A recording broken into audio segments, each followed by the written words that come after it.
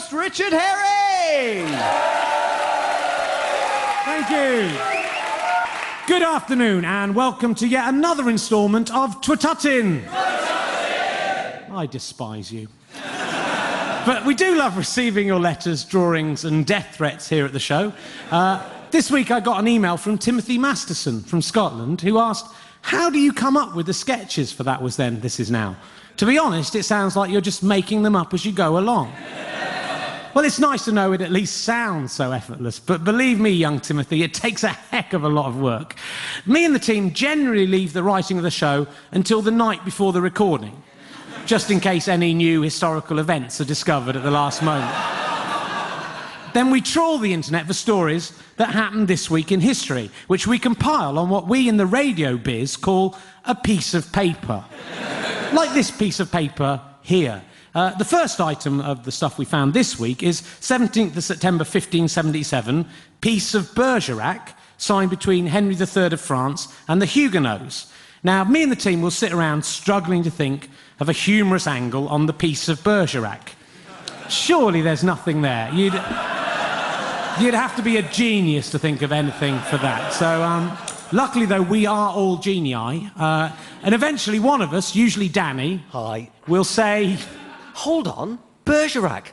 I think there used to be a TV show called Bergerac. Right. What if we somehow link this historical event to the TV series Bergerac? And I'll say, how do you mean, Danny? I don't understand how that would work.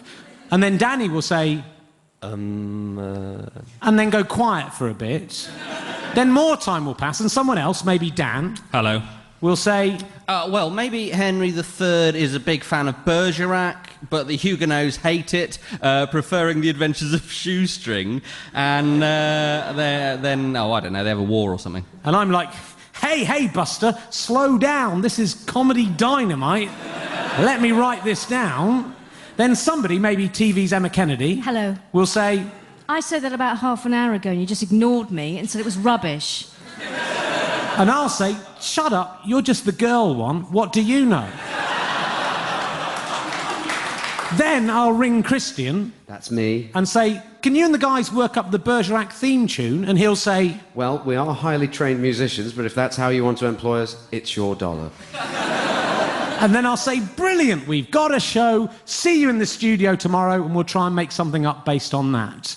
This process can take upwards of 45 minutes, which is still 5,000 times the preparation put into Jammin' by Roland Rivera. I hope that answers your question, Timothy.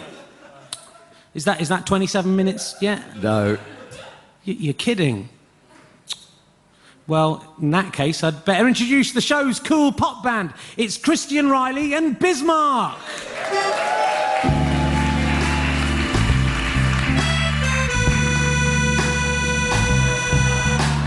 Don't, stop it, guys. Shut up. We don't need the Bergerac theme tune, really. That was just for the skit. We're not doing that sketch. It was a joke. Well, it took us ages to work that one out. It was a joke, Christian. That was just a bit of fabricated self-mockery. We actually put a lot of work into this show. Most of it in coming up for alternatives for swear words that the evil Radio 2 censors insist on us taking out, the uptight melon farmers. Right, so you actually work very hard, yes. I don't know how I could have possibly thought otherwise. None of the stuff in that sketch was true. It was all make-believe. You don't really believe there was a piece of Bergerac, did you? God, you It rang a bell. What, you thought there was a Henry III of France? Are you nuts? Well, I thought I heard something about him. Didn't he reign from 1551 to 1559? Oh, come on, you idiot. Henry III of France. How likely is that? It's like something dreamt up by the writers of Titty Bang Bang. You'll be telling me next you thought the Huguenots were real. Well, it sounds plausible. The Huguenots? Come on, it's a nonsensical word I invented. Listen to it. Huguenots. It sounds like huge nose. That's why that's a funny joke. Yes, I see now. It's very funny. Thank you. Honestly, Christian, you are as gullible as A.N. Wilson. That was very nearly topical. Is that 27 minutes now? No. Gone. That was then, this is now. Still 24 minutes of gaping void to fill with a data point to scribble. All right, no need to be rude. It was on September the 19th, 1900, that Robert Leroy Parker and Harry Alonzo Longabout committed their first robbery together. Who were they? Well, you probably know them better as Butch Cassidy and the Sundance Kid from the film Butch and Sundance: The Early Years. But how did they come up with their colourful nicknames? Here's what really happened. That was then, this is now.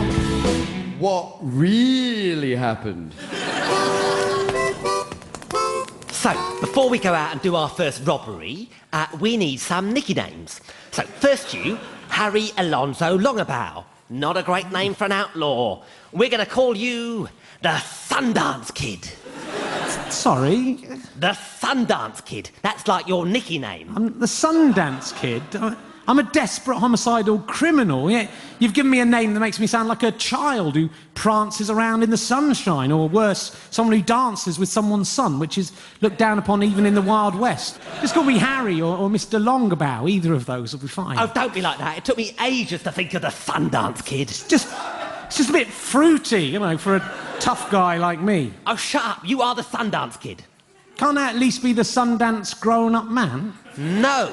Don't be soft. You are the Sundance Kid. Now, to my nicky name. Now, as you know, my real name is Robert Leroy Parker, but that won't strike fear into anyone's heart. So I'm going to call myself Butch Cassidy. Butch Cassidy? Yeah, I mean, how much more manly could a name be? I am Butch. Butch, I tell you. Aren't you concerned about the slightly puffy overtones of the word Butch? It's hardly puffy. Well, don't think people will laugh at us? You know, oh, here comes Butch Cassidy and the Sundance Kid. You're not worried people will think we're some kind of couple? No, not at all. They are brilliant names. Now, to the name of the gang. Yeah, I think we should call ourselves, wait for it, the Wild Bunch. Ta-da! The Wild Bunch? Yeah, because we're wild. Oh, we're wild. Oh, baby, wild. Yeah, when you say it like that, it does sound better, yeah. Isn't there a more manly word than wild? No, I like it. Plus, it's a little tribute to my favourite playwright and wit, Oscar Wilde.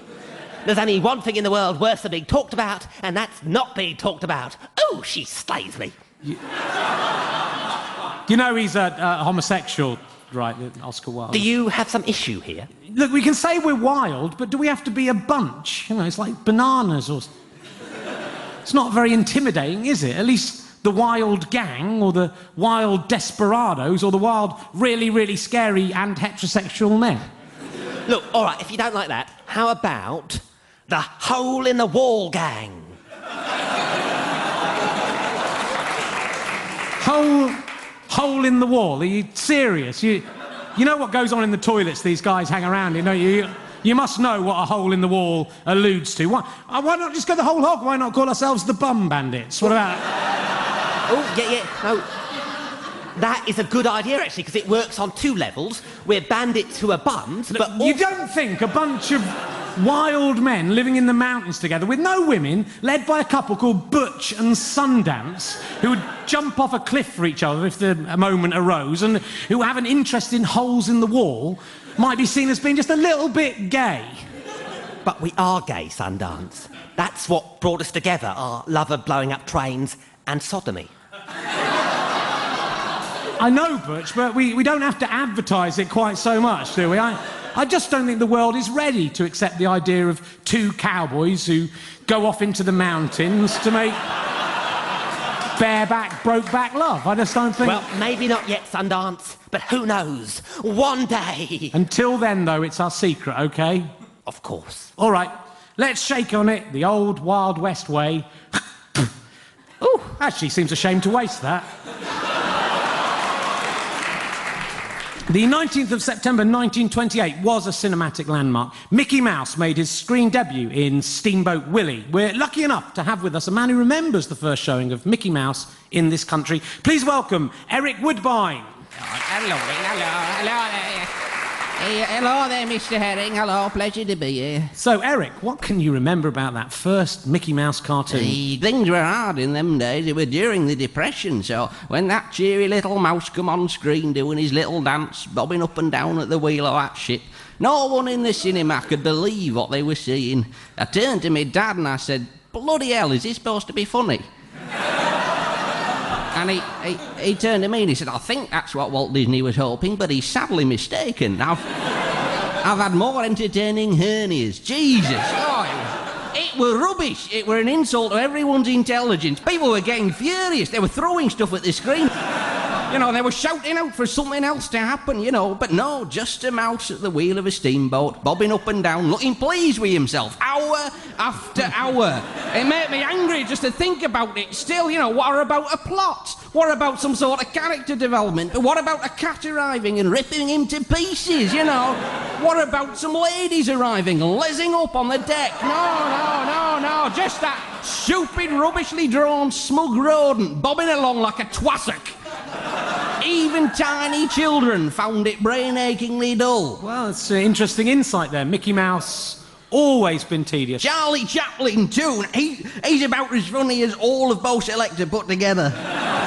Everyone hated him. Yeah, thanks, Eric. Thanks for coming in. Oh, God, the old days were crap. I just thank God I lived long enough to see Buffy the Vampire Slayer. Now that's entertaining. Shut up. Nobody is interested in you and your nostalgia of 1990s TV shows.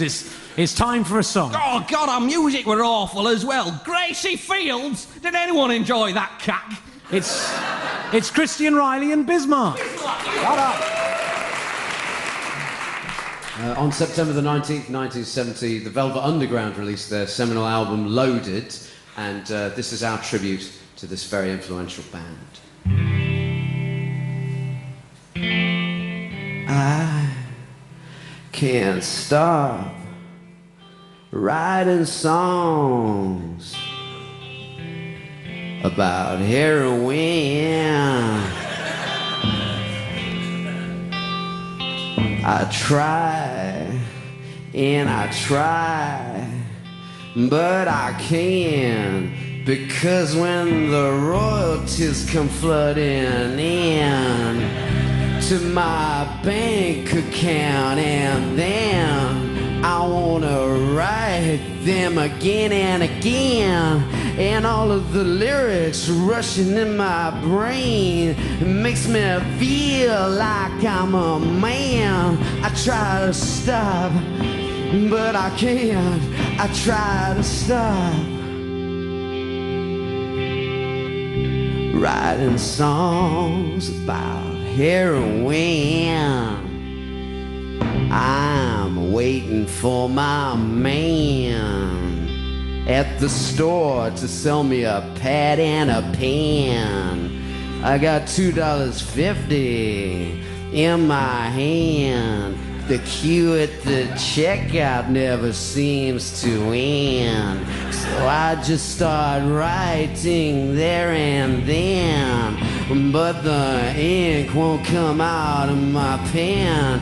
I have to do that little scribbly thing, and then the ink shoots at the tip. I just can't get enough of it. I can't stop. I once wrote a song about eating fresh fruit and getting a good night's sleep, but it was boring. I couldn't wait to jack my guitar in and start writing about heroin again and again and again.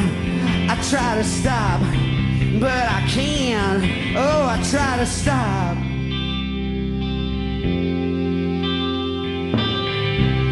Writer's cramp will be the death of me, and paper cuts from my rhyming dictionary. I'm writing songs about heroin.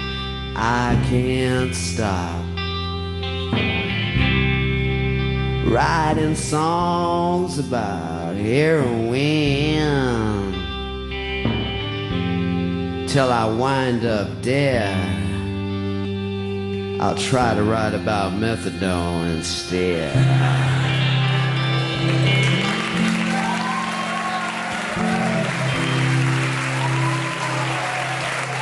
Christian, Reilly and Bismarck. Now it's time to welcome TV's Emma Kennedy. Hello, Rich. Lovely to be here. The pleasure is all yours. So, we're still struggling to find the format which will best display your talents. Yes. What are you doing this week? Well, on the 21st September 1996, the ill-starred couple JFK Jr. and Caroline Bessette were married just a week after the anniversary of the ill-starred marriage of JFK Jr.'s parents, JFK Sr. and Jacqueline Bouvier. And the tragedies that unfolded within years of both these marriages got me a-thinking. Is there a curse attached to my Kennedy family name? So welcome to a new segment I like to call TV's Emma Kennedy's Curse of the Kennedys. Curse of the Kennedys. Hello, I'm TV's Emma Kennedy, and I'm the scared possessor of the most cursed name on earth, Kennedy. Brr, creepy. Not one person called Kennedy has escaped the Curse of the Kennedys. John F. Kennedy, cursed to be shot in the head after being cursed to a life of privilege where he got to sleep with Marilyn Monroe. Robert Kennedy, cursed to be killed by the assassin with the most stupid name ever, Sirhan Sirhan, and cursed to live a life of privilege where he got to sleep with Marilyn Monroe. Charles Kennedy, cursed to find out that spending 15 years pissed could still not blot out the realization that he was leader of the Liberal Democrats. Nigel Kennedy, cursed to have to live his life being Nigel Kennedy. Dr. Carl and Susan Kennedy off of Neighbours, cursed to be tragically divorced, even though they obviously still love each other. No Kennedy is safe from the Curse of the Kennedys. Yeah, that's good, Emma. Good format. There's only one problem with that format that I can really see, to be honest. Can't really see any problem. Your real name is Emma Williams. Emma Kennedy's just your stage name that you were forced to adopt because there was already an Emma Williams in Equity. Yes, Graham Garden's wife, I believe. Yeah, but the point is, I'm still part of the Kennedy clan. That, Emma, unfortunately, is in no way true, is it? Just calling yourself something doesn't make you something. I call myself King Dong II, but that doesn't make it true, does it? No, it's not true. It happens to be true, but just calling myself that... It's really not true. You're just cashing in on the deaths and misfortunes of others to make yourself somehow look important. What, and you're not? No, I'm not. If only there was some good way to describe you, an adjective that just perfectly summed you up, just in one... Well, I wonder what it could be. Oh, no, I think I've got it, actually. Mawkish! I am not mawkish. You are so mawkish. You are so mawkish, you are Mork Antony. You're Mork the Slayer. Hawk the Slayer. If you were a philosophical Roman emperor, do you know who you would be? No. Marcus Aurelius. Marcus Aurelius. That's probably the worst one you've ever done. Yeah, I pushed it one Mork too far. It's difficult to keep thinking of Mork-based puns, though. Mork Look, is I harder don't care. than you think. I don't care, Richard, because my TV's Emma Kennedy's Curse of the Kennedys is, I feel, my best segment ever. Yeah, but only in the same way that dysentery is better than the Ebola virus. Though, even though you are a pretend Kennedy, the curse has still affected you, hasn't it, Emma? Because causing you to appear in suburban shootouts from now till the end of recorded time. No, the real curse is that I'm here with you. Well, if you don't like it, you know what you can do. Well, I will, thanks. I'll just go. Yeah, you okay to do next week's show, though? Yeah, I've got it in my diary. Twttin, we love you, Twttin. You're only on once a week. For 6 weeks every 2 years. The 17th September 1271 saw the birth of Wenceslas II, who was king of Bohemia for over 25 years and king of Poland for the last 5 years of his life. However, his life was somewhat overshadowed by his more famous forebear. King Wenceslas II of Bohemia. Hello, King Wenceslas II. Welcome to my court. I'm King Andrew III of Hungary. Yep, I recognise you from the coins. And this is my wife, Fenena of Kujavia. I've been so looking forward to meeting you. Everyone's always going on about you, good King Wenceslas. No, this happens quite a lot. I'm not good King Wenceslas. You're confusing me with Wenceslas I. He's the one that the good King Wenceslas song is about. Not that he actually is a king, just a duke, ironically. Sorry, I didn't realise. Don't worry, you know, it happens all the time. I hope you didn't invite me expecting the other one. No, good. No, don't be ridiculous. I knew you weren't good King Wenceslas. Oh, it's not that I'm not good. Right. I am quite good. I've done loads of good stuff, really. Oh, like what? Well, when silver was discovered in central Bohemia in 1298, I took control of the mine and made silver production a royal monopoly. That's not very good. It was good for me. Come on, what good things have you done? Well, no, loads of things. I once gave one of my old worn-out cloaks to charity. Well, it hardly puts you up with good King Wenceslas helping that poor man who was gathering winter few well. Well, I'm not coming here claiming to be as good King Wenceslas. I'm just saying that just because I'm not called good King Wenceslas doesn't mean I haven't done some good things. Well, have you ever looked out? What? Have you ever looked out? Well, yeah, of course I've looked out. On the Feast of Stephen? I don't know. I don't keep a diary of all the times I've looked out. Probably. No, then. He hasn't even looked out on the Feast of Stephen. Look, just because I've got the same name as a notoriously good king doesn't mean I have to be constantly compared to him. I'm good, just not as good King Wenceslas, OK? Is that what they call you then? Good, just not as good King Wenceslas, King Wenceslas. They call me King Wenceslas II of Bohemia and Poland. So no descriptive epithet at all? No. He's rubbish, King Wenceslas. Yeah, I know. I can hear you when you whisper like that, you know. Yeah, well, I'm glad. I invited you along thinking we were going to make good King Wenceslas from the song, and you're not even a slightly good King Wenceslas. You're crap King Wenceslas. I made silver production in Bohemia a royal monopoly. Yeah, and don't you keep going on about it? Is that all you did in your whole life? It was hard. There was a lot of admin and stuff involved. You know what you were doing. How many people are called Wenceslas? Loads. Who were also a king?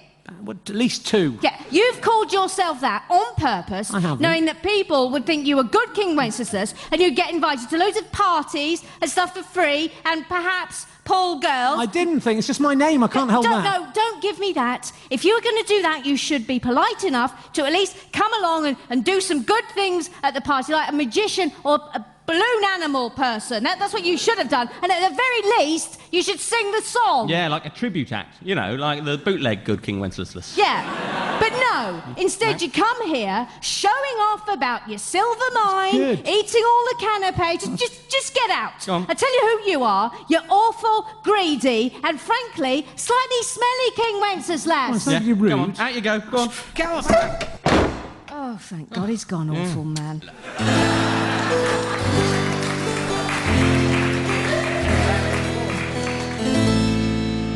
That's all we got for you this week. I hope you enjoyed it. We'll be back next week for more history. Rich, Yep. you can't stop there. There's still 2.5 minutes to fill. Are you sure the show seemed longer than that? Well, they say time flies when you're enjoying yourself. Yeah. Hey? Look, guys, we're going to have to do the Bergerac sketch. Oh, what? But no, we haven't written it yet. Yeah, it didn't seem to stop us with the Wenceslas one. All right, okay, well, all right. All right, that's all that. What are we going to do? Well, I'll be Henry III, Why are you always the main character? because it's my show. Danny, maybe when you don't go on holiday the week before the recording, you can be the main character in the sketch. Look, I don't care anyway. Henry III was probably gay. Well, I'm comfortable enough with my sexuality to do that, to play 2 gay characters in one show. So, right, Dan, you and Danny are the Huguenots, right? And in this sketch, I want you to wear these funny Cyrano de Bergerac noses. Yeah. So every time you say, we're the Huguenots, the audience will crack up. It's Huguenot. Right, how's that going to work on radio? Because they're not going to... It will, that will work. What am I? You're nothing, Emma. There are no women in this sketch. Well, can't I be Henry III's wife? Well, not really, because he's gay, so... Well, yeah, but even so, he married Louise de Lorraine Vaudemont on February the 13th, 1575, though suspiciously they had no children. I hate Wikipedia. If it'll shut you up, Emma, you can be a messenger, comes in halfway through or something, OK? So, guys, if you can kick in with the Bergerac music, that'll be kind of a good start.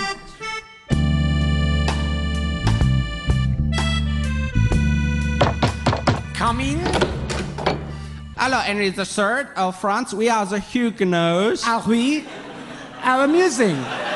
Amusing as you also have quite huge noses. Oh, well done. You got it I'd across. made You got it it work across. by I liked saying it. Yeah. Now, I like Bergerac, while you like shoestring. C'est vrai?